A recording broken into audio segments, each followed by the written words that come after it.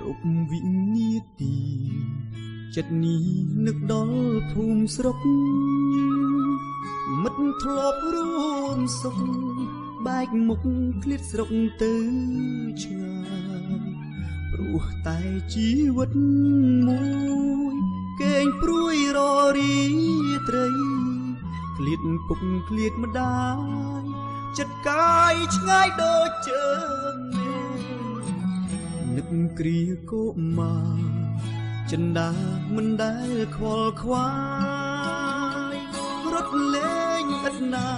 យរាល់ថ្ងៃសប្បាយពុនពេកធំឡើងដឹងក្តីត្រូវដំរើឲ្យខ្ញុំបាយមិត្តធ្លាប់រំលែកចែកសុខទុក្ខរស់ជុំគ្នាពេលនឹកឃើញម្ដងចិត្តពងចង់ជួបใครដូចកាលក្មេងវ័យចង់ឲ្យអ្វីកុំដូចពេលនេះឡើយពេលនេះខ្ញុំស្ទើរកាផែនផុនអស្មារតីចេញតែស្រមៃជាយូរមកហើយរយលៀនបញ្ហាវាសនាបណ្ដាលឲ្យព្រាត់ចិត្តប្រឹងសន្មត់ថ្ងៃព្រាត់គង់តែជួបវិញពុកអើយកូនស្រែកជ្រៀងរំដងទុកតម្នេញផ្ដាំទៅសំឡាញ់វិលវិញជួបគ្នាជាថ្មី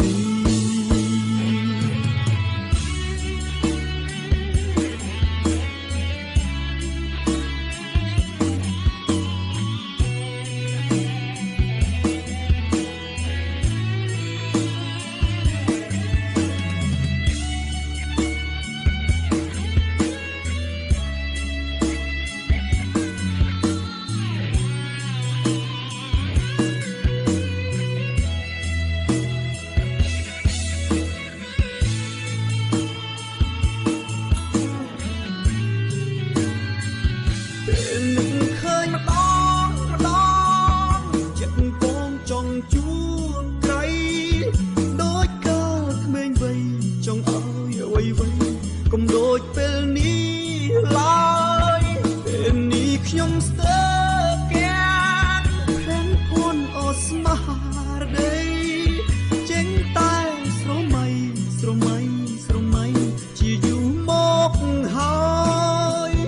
រយលៀនបញ្ហាវាសនាបណ្ដាលឲ្យព្រាត់ចិត្តប្រឹងសន្មត់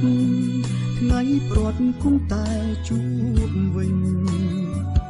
ពុកអើយកូនស្រែកជ្រៀងរំដងទុកតម្នេញផ្ដាំទៅសំឡាញ់វិលវិញជួបគ្នាជាថ្មី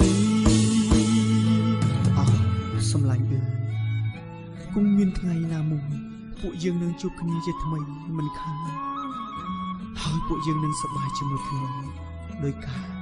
គ្រាមុន